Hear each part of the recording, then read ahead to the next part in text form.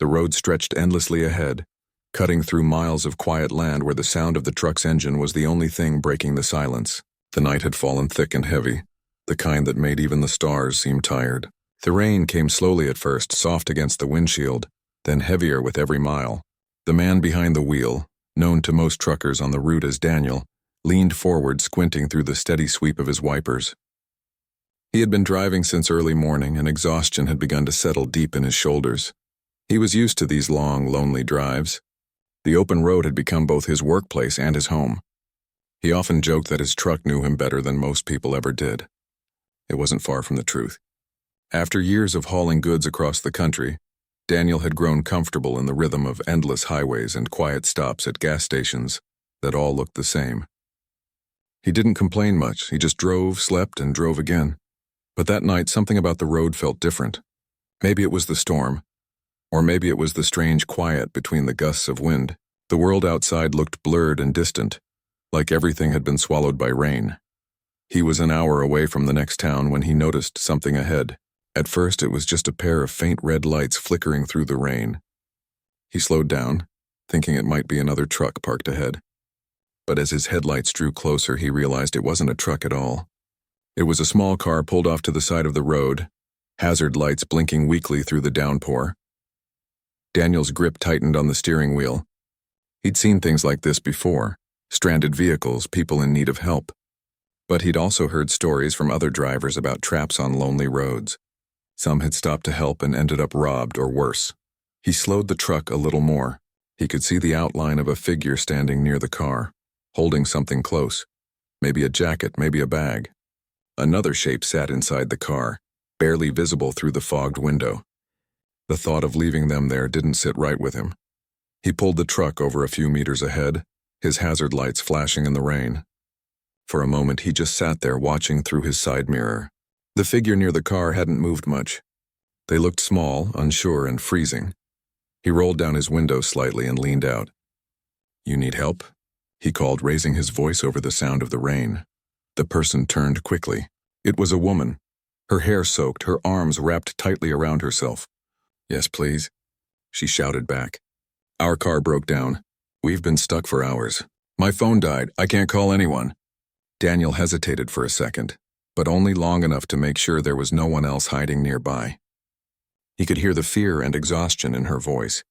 That was enough. He switched off the engine, grabbed his flashlight, and stepped out into the cold rain. The wind hit him hard, pushing his jacket against his chest. The ground was muddy, his boots sinking slightly as he walked toward her.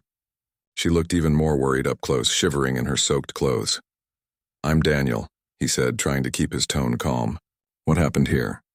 "The engine just died," she said, brushing wet strands of hair from her face. "We were driving to my sister's place. My son's in the car. I didn't know what else to do." Daniel moved closer to the car and shined his flashlight through the window. A small boy sat inside, maybe 6 or 7 years old, wrapped in a blanket that barely covered his knees. His big eyes looked out nervously. "Hey there, buddy," Daniel said softly, giving a small wave. The boy didn't respond but kept watching him carefully. Daniel opened the hood, the rain dripping down his neck.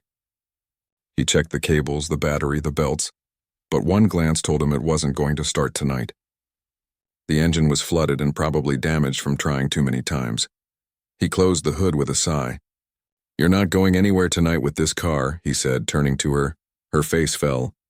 "Oh no, we're miles from anywhere," Daniel nodded. "Yeah, and it's getting worse out here. You can't stay in the car like this, and it's too cold and no one's likely to pass for hours." She looked toward the dark road, the endless rain. "What do we do then?" He paused. "You can come sit in my truck for now. It's warm inside. I'll take you both to the next town. There's a diner and a small motel there." The woman hesitated. He could see the uncertainty in her eyes. It wasn't easy to trust a stranger on an empty highway, especially with a child. Daniel didn't blame her. "I get it," he said quietly. "It's late. You don't know me, but I promise I just want to help. You can sit in the back if it makes you feel safer." For a moment she stood there, torn between fear and desperation. Then she looked back at her son in the car. The boy was starting to shiver. She turned to Daniel and gave a slow nod. "Okay," she said softly. "Thank you."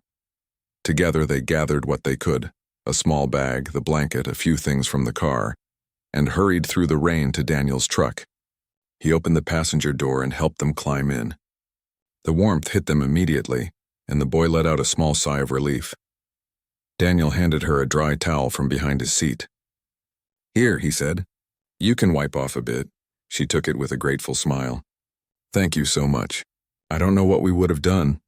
"No worries," Daniel replied, starting the engine again. "We'll get you somewhere safe." The road ahead was slick, the rain still hammering down, but inside the truck things felt calmer. The boy, she'd called him Eli, started to relax, staring out the window at the streaks of water. The woman introduced herself as Laura. She said they had been driving since morning, trying to reach her sister's place before nightfall. Their car had started making strange noises, and then suddenly it had stopped completely. Daniel listened quietly as he drove. Every so often he glanced at her, noticing how she kept glancing back at her son to make sure he was okay. "Long drive for you two," Daniel said finally. "Yeah," she said softly. "I was hoping to make a fresh start. Things haven't been easy lately." She smiled faintly, as if trying to hide how tired she was. Daniel nodded but didn't ask for details. He knew what it felt like to be tired of explaining yourself to the world. The road wound through the dark countryside, the headlights cutting through the fog. Every mile felt heavier, but Daniel stayed focused. It had been a long time since he'd shared a ride with anyone. The sound of another voice in his cab felt strange, but in a comforting way. After a while, Eli began to talk more. He asked about the buttons on the dashboard, the big steering wheel, and how long the truck was. Daniel smiled at his curiosity, answering each question like a teacher explaining a favorite subject. "You drive all over the country?" Eli asked, eyes wide. "Pretty much," Daniel said with a grin. "Everywhere the road takes me." "That's so cool," the boy said, his earlier fear forgotten. Laura smiled for the first time that night, watching her son. "He loves trucks," she said. "He's been staring at them since he was little." Daniel chuckled. "Well, maybe he'll drive one someday." They all laughed softly, the tension finally easing. Outside, the rain began to slow. After nearly an hour, they reached the small town Daniel had mentioned. He pulled into a quiet diner's parking lot, its neon sign flickering in the wet night. Steam rose from the vents as he parked. "Let's get some warm food," Daniel said. "You both must be starving." Laura tried to protest. "You've already done so much." "Don't worry about it," Daniel said kindly. "It's just dinner." Inside the diner, the smell of coffee and grilled food filled the air. The place was mostly empty except for a couple of travelers. They sat at a corner booth, and Daniel ordered them hot soup and sandwiches. For the first time all night, color returned to Laura's face. Eli ate quickly, smiling again between bites. Daniel leaned back in his seat, feeling something he hadn't felt in a long time, a quiet sense of peace. He didn't know why he'd stopped that night. Maybe it was instinct, or maybe fate had its own way of pulling people together. All he knew was that this chance meeting had already made the lonely road feel a little less empty. Outside, the rain finally stopped, and the sound of thunder faded into silence. Daniel looked out the window at the wet streets and then back at the small family sitting across from him. He didn't know it yet, but that one small decision, stopping his truck for a stranger, would change his life in ways he could never imagine. The diner lights glowed softly against the rain-wet glass as the storm outside began to calm. Daniel sat quietly at the booth, watching the woman and her son eat. He wasn't sure what it was about them that made him feel something stir inside. Maybe it was how the little boy smiled between bites, or how his mother kept thanking the waitress for every small thing, her voice tired but kind. It had been years since Daniel had sat across from anyone during a meal. Most of his dinners were alone, eaten out of plastic containers inside the cab of his truck. But tonight the silence that usually sat heavy around him felt lighter. When they finished eating, Daniel looked at the clock on the wall. It was almost 2 a.m. The roads were still slick, and he didn't like the thought of leaving them without a place to stay. He leaned forward and said, "There's a small motel just down the road. I'll take you there once you're ready." The woman nodded gratefully. "You've already done so much. I don't even know how to thank you." "You don't need to," Daniel said, standing up. Anyone would have done the same. But deep down, he knew that wasn't true. He'd seen plenty of cars pass by without stopping. Still, he didn't want her to feel like she owed him anything. Outside, the air was cold and clean. The rain had slowed to a drizzle, leaving a fine mist that sparkled in the headlights. They climbed back into the truck, the little boy yawning as he settled in his seat. The road to the motel was short, lined with quiet trees that looked silver under the streetlights. When they arrived, Daniel parked the truck near the entrance and helped them carry their small bag to the lobby. The clerk behind the counter was half asleep, but Daniel paid for a room and handed the key to the woman before she could say a word. "You didn't have to," she began. "I know," he interrupted with a small smile, "but now you don't have to worry about anything tonight. Get some rest." Her eyes softened. "Thank you, really." She placed her hand over her son's shoulder, guiding him toward the hallway. Before disappearing into the room, she turned back and said, "I'll find a way to return the favor." Daniel gave a small wave and walked back to his truck. The night had grown still. The storm had finally passed, leaving the air filled with that earthy smell after rain. Daniel climbed into his cab, but he didn't start the engine right away. He just sat there for a moment, looking at the lights from the motel. For years, his life had followed the same pattern: pick up a load, drop it off, rest a few hours, and then do it again. But something about this night had broken that rhythm. He couldn't explain it, but it felt like the universe had paused, just long enough for two paths to cross. He leaned back against his seat and thought about the boy's wide-eyed curiosity, about the woman's quiet strength even in fear. He wondered what their story was, what they were running from or toward. But he didn't ask. He respected silence. He understood that sometimes people carried stories they weren't ready to tell. By the time the first light of dawn began to show through the clouds, Daniel had dozed off. The sound of knocking on his truck window woke him up. He blinked and looked out. It was the woman. She stood there holding a steaming cup of coffee. He opened the door, rubbing his eyes. "Morning," he said, surprised. "Morning," she said, smiling faintly. "You were still here, so I thought you might want this. It's the least I could do." He took the cup, feeling the warmth seep into his cold hands. "You didn't have to." "I know," she replied. "But you didn't have to stop for us either." Her son stood beside her, waving shyly. Daniel grinned. "Hey there, champ. You sleep well?" The boy nodded quickly. "Yeah, the bed was so soft." Daniel chuckled. "Glad to hear it." They stood there for a moment, the early morning quiet around them. The sky was turning gold and the air smelled of wet earth and coffee. "So," Daniel asked, "what's the plan now?" She sighed softly. "I called the repair shop nearby. They said they'll tow the car and see what can be done. But it might take a few days." Daniel nodded. "If you need a ride into town, I can drop you off. I have to fuel up and get my paperwork sorted anyway." "That would help a lot," she said. "Thank you." They climbed back into the truck, and once again the hum of the engine filled the silence.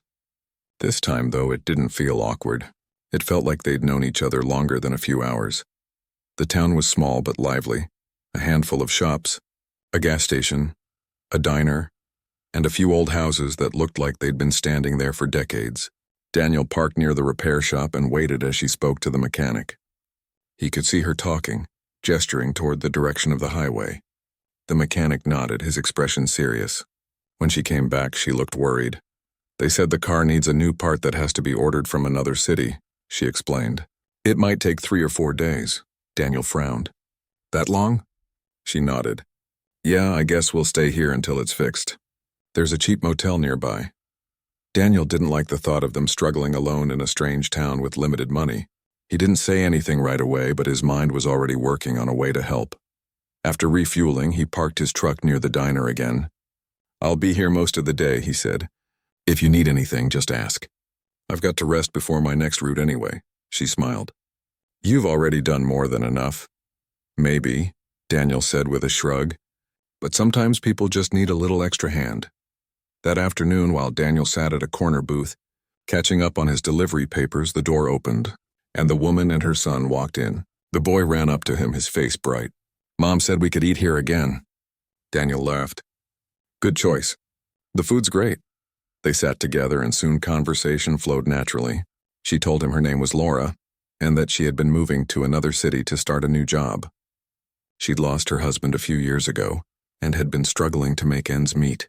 The drive that night was her attempt to rebuild, to give her son a better life. Daniel listened quietly, his hands wrapped around his coffee cup. He didn't interrupt, didn't ask too many questions. He just listened, something he knew was rare these days. When she finished, she looked down, embarrassed. "I'm sorry. I didn't mean to unload all that on you. I just haven't talked to anyone about it in a long time." "It's okay," Daniel said softly.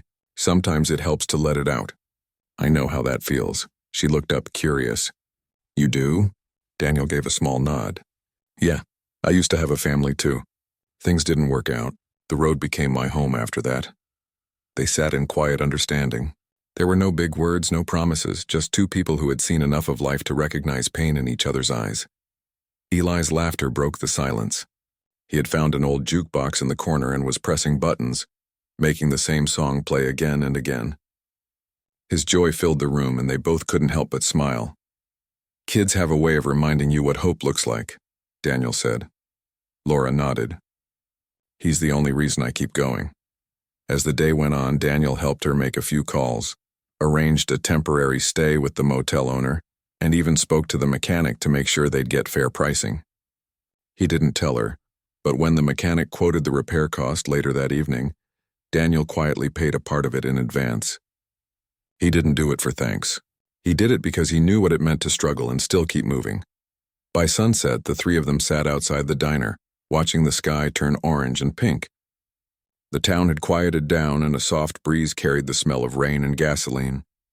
Eli was drawing shapes in the dirt with a stick, and Laura sat with a cup of tea, her eyes heavy but peaceful.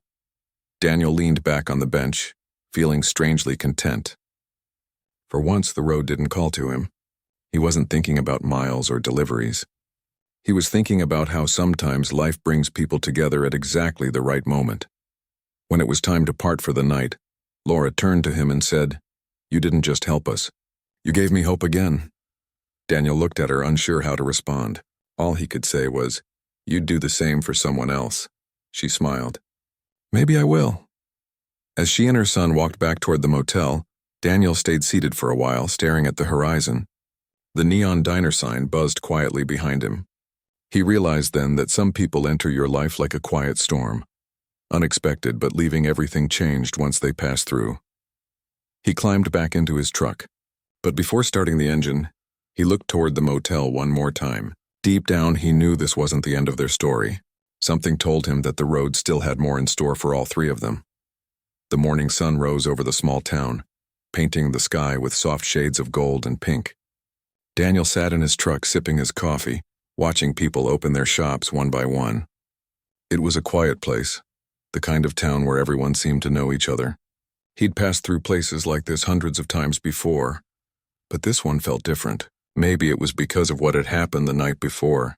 Maybe it was because of the mother and son who were still on his mind. He checked the time. It was almost 8. He had another delivery scheduled, but he still had a few hours before he needed to be back on the highway. As he leaned back in his seat, his phone buzzed. It was a message from the repair shop. The car part for Laura's vehicle had arrived early, and the mechanic said they'd have it ready by the next afternoon. That made him smile. It meant she and her son could be back on their way soon, but for reasons he didn't quite understand, that thought didn't make him as happy as it should have. He glanced at the diner across the road. The door opened and he saw them, Laura and Eli hand in hand walking toward the same booth they'd sat in yesterday. The boy waved when he saw Daniel sitting in his truck, and Daniel found himself waving back before he even realized it. He climbed out and walked across the street. When he entered the diner, the bell above the door jingled softly. "You again," the waitress said with a grin. "You must like our coffee more than the road." Daniel chuckled. "Something like that." He walked over to their booth. "Morning, you two," he said. Eli beamed. "We were just talking about you. Mom said maybe we'll see you again before we leave." Daniel smiled. "Looks like your car's almost ready. Mechanic said you'll be on the road by tomorrow." Laura's face lit up. "That's such good news. I can't tell you how relieved I am. It feels like everything's finally falling into place." "That's good," Daniel said. "I'm glad it's working out." They ordered breakfast, and as they ate, the conversation flowed easily. Eli kept asking about the truck, how far it could go, how much it could carry, what it was like to sleep inside it. Daniel answered every question patiently. even showing him a few photos on his phone of the different states he'd driven through. The boy's excitement reminded Daniel of himself when he was younger, before life got complicated. After breakfast, Laura said she needed to stop by a nearby store to buy a few things for their trip. Daniel offered to drive them since his truck was already parked out front. She hesitated at first, but then agreed. The store was small and old-fashioned, the kind of place where you could find everything from clothes to car parts. While Laura looked through a rack of jackets, Eli followed Daniel around, asking about the different buttons and switches inside the truck. "What's this one do?" Eli asked, pointing at a lever. "That's for the trailer brakes," Daniel said. "You pull that when you're on a hill." The boy's eyes widened. "That's so cool. Can I be a trucker when I grow up?" Daniel smiled. "You can be anything you want to be. Just promise me one thing. Always help people when they need it, okay?" Eli nodded seriously. "Like you helped us." Daniel felt something warm in his chest. He ruffled the boy's hair. "Yeah, like that." When they left the store, Laura carried a small bag and thanked him again for driving them. "You've done so much already. I don't know how to repay you." "You don't need to," Daniel said softly. "Sometimes good things come back on their own." She looked at him thoughtful and then smiled. "You really believe that?" "I didn't used to," he admitted. "But lately, maybe I'm starting to." They drove back to town, the road quiet except for the sound of the engine and the soft hum of the tires. The sky had turned bright blue, and the world looked fresh after the storm. At the diner, Laura invited Daniel to have lunch with them later. He wanted to say no, not because he didn't want to, but because he didn't trust himself not to get too attached. He had spent years learning how to stay disconnected. When you lived on the road, you couldn't afford to build attachments that might hold you back. But something about her calm presence and the way Eli laughed without worry made it hard to walk away. He ended up saying yes. When they met again for lunch, the small diner was busier than usual. People were talking loudly, the smell of grilled food filling the air. Daniel sat across from them, and it almost felt like he was part of something again, like he wasn't just a man passing through life 1 mile at a time. During the meal, Laura asked about his life. "So how long have you been driving trucks?" "Almost 15 years now," he said. "Started after I left home?" "Just me and the road ever since. No family?" she asked gently. Daniel looked down for a second before answering. "Used to have one. Things didn't work out. Sometimes life just goes different ways." Laura nodded slowly. "I understand that." He looked at her. "You lost someone too?" She hesitated. "Yes, my husband passed away 3 years ago. I tried to keep things together, but it's been hard.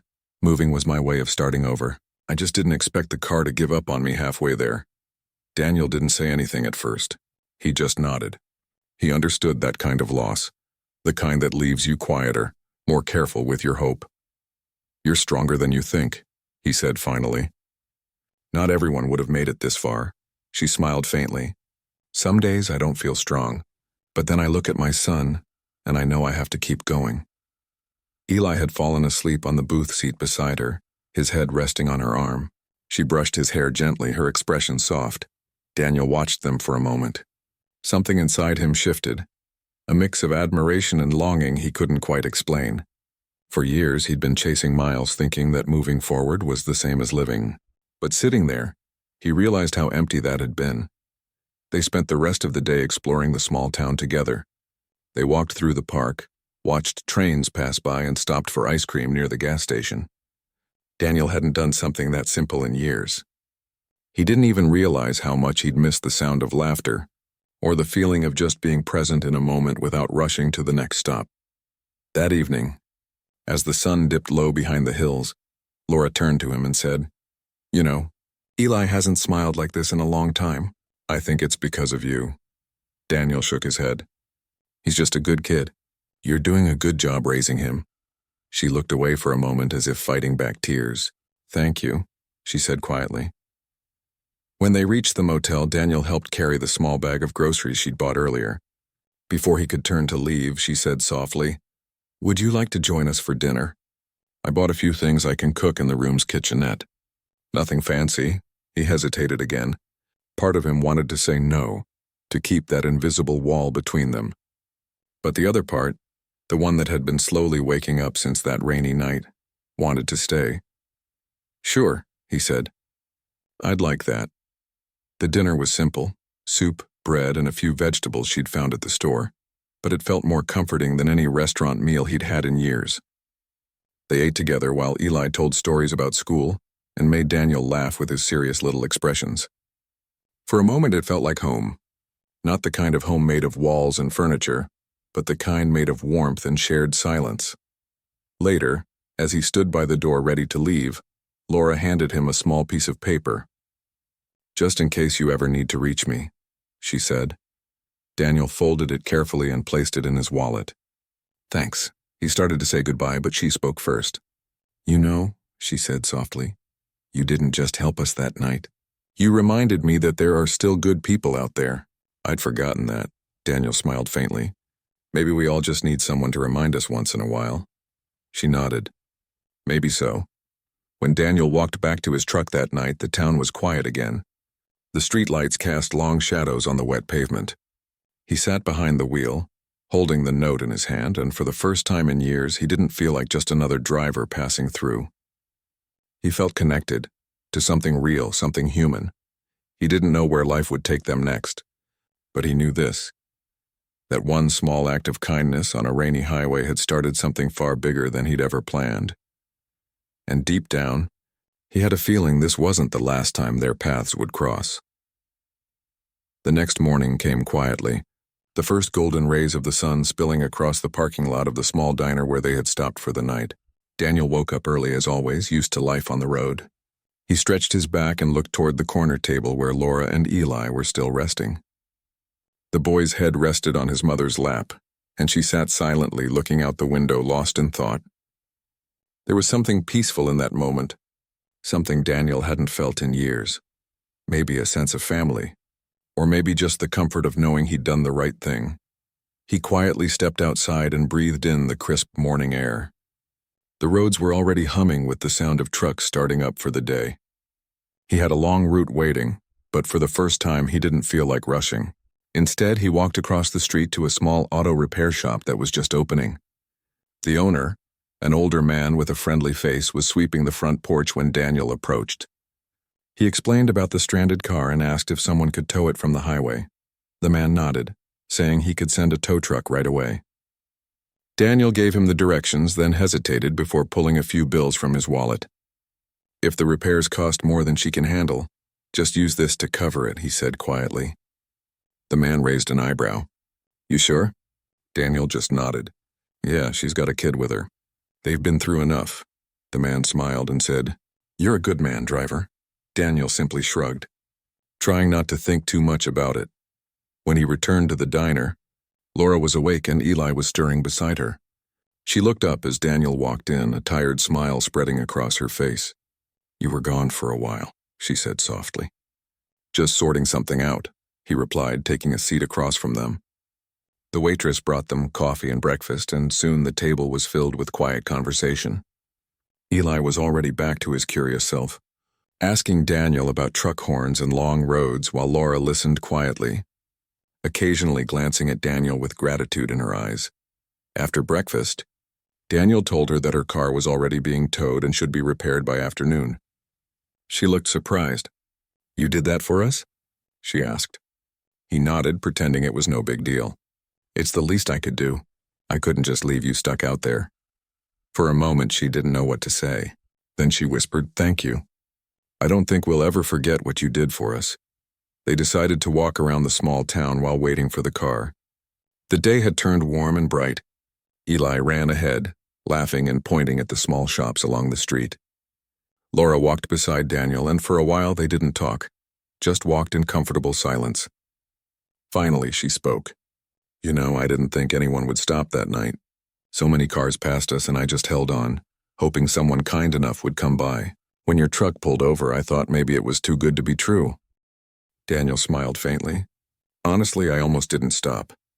You hear stories, people setting traps, pretending to need help.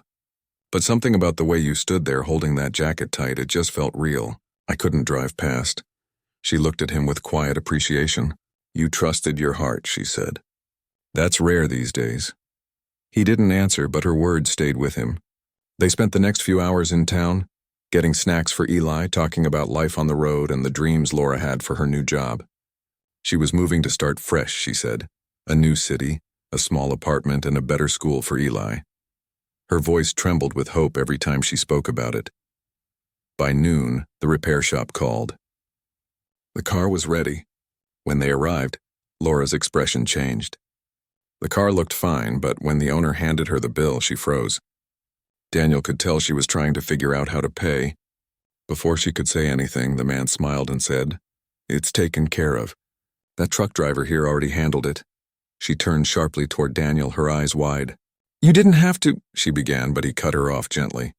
"I wanted to. You've got a long road ahead, and I've had my share of help in life too. Just consider it a favor from one traveler to another." She was speechless. Tears welled in her eyes, and for a moment she couldn't speak.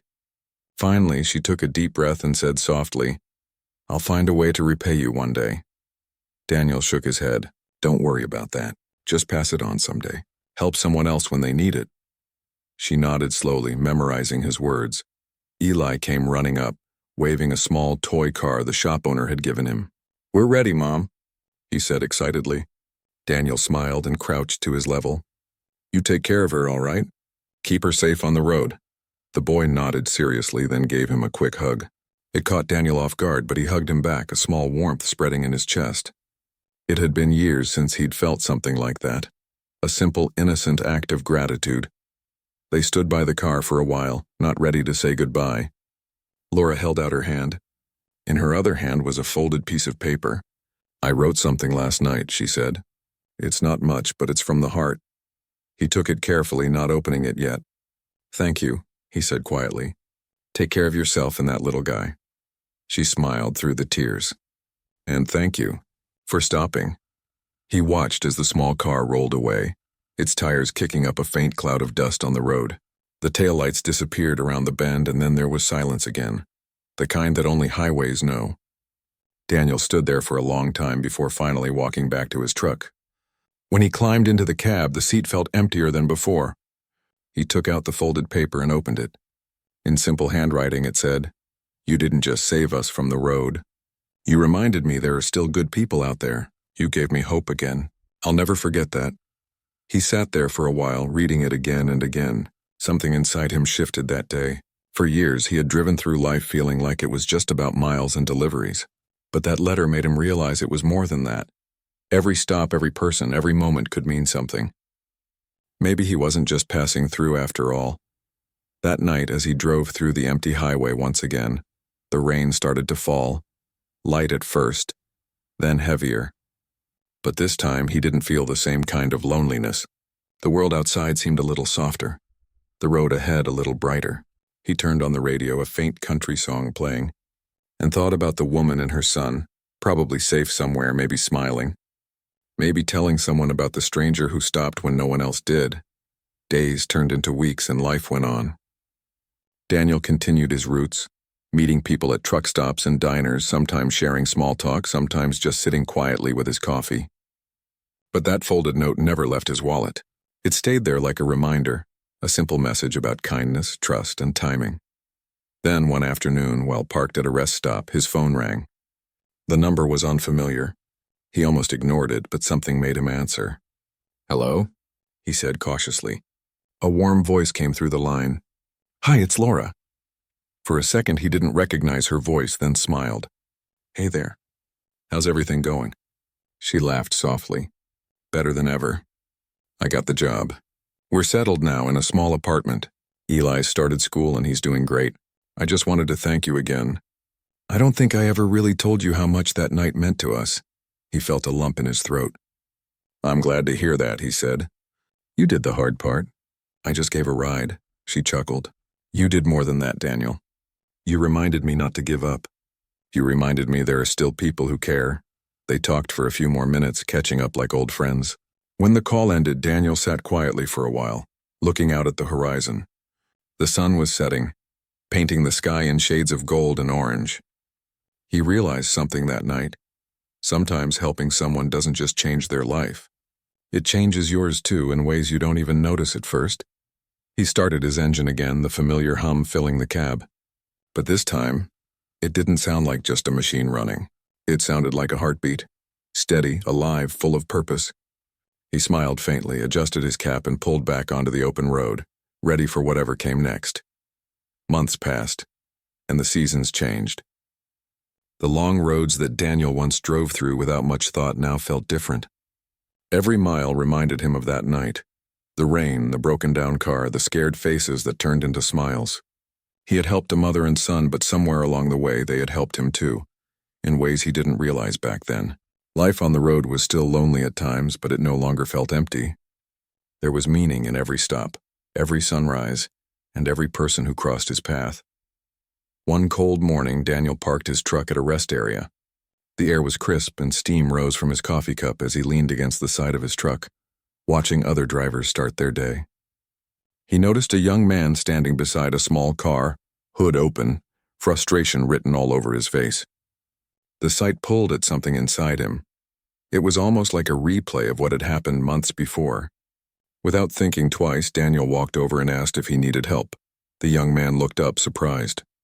"Yeah, I just stopped running. I don't know what's wrong." Daniel took a quick look under the hood, tightened a loose cable, and got the engine running again. The man was relieved and thanked him over and over. Daniel simply smiled and said, "Don't worry about it. Just make sure you pass on the kindness someday." The man nodded, shaking his hand before driving away. As Daniel watched the car disappear into the distance, he realized something. That simple phrase, "pass it on," had become a part of him. He had said it to Laura months ago, and now he was living by it. That night had changed him forever. He began to notice things on the road that he had ignored before. The travelers sitting alone at truck stops, the families with their cars packed to the roof, the small acts of kindness between strangers. Every person had a story, and Daniel had started to listen more closely. Sometimes he'd buy coffee for someone who looked tired. Other times he'd help with directions or lend a hand to fix a tire. Little things, but they mattered. One evening, as he sat in his truck parked outside a rest stop diner, he took out the folded note that Laura had written. The paper was worn now, edges soft from being handled too often. He read the words again slowly, as if they were brand new. "You reminded me there are still good people out there. You gave me hope again." He smiled softly and placed it back into his wallet. Those words had become a quiet reminder of what really mattered in life. Later that week, while hauling a shipment through a small town, Daniel noticed a flyer taped to the window of a diner. It read, "Truck Stop Assistance Program. Volunteers needed to help stranded travelers." He stood there for a moment, reading it over and over. It was a small local group that worked with drivers who wanted to lend a hand to travelers in need, offering food, shelter, or a ride when necessary. Without hesitation, Daniel signed up. The first night he volunteered, it felt strange but good. He met a few other truckers who shared similar stories, times they had stopped for someone, or moments when a stranger had helped them. There was a quiet bond among them, built not from words but from shared humanity. One older driver said, "You never forget the faces of people you help. They stay with you." Daniel nodded, understanding every word. In the months that followed, Daniel became one of the regulars. He would spend evenings at the small office, checking in with stranded drivers or travelers. Sometimes he'd give them a ride to a nearby motel. Other times he'd buy them a warm meal. The gratitude in their eyes always reminded him of that stormy night, and the mother and son who had unknowingly given him back his sense of purpose. One particular evening, he received a call from the program's coordinator. A young family was stuck near the interstate with a broken-down car. Without a second thought, Daniel grabbed his keys and went to help.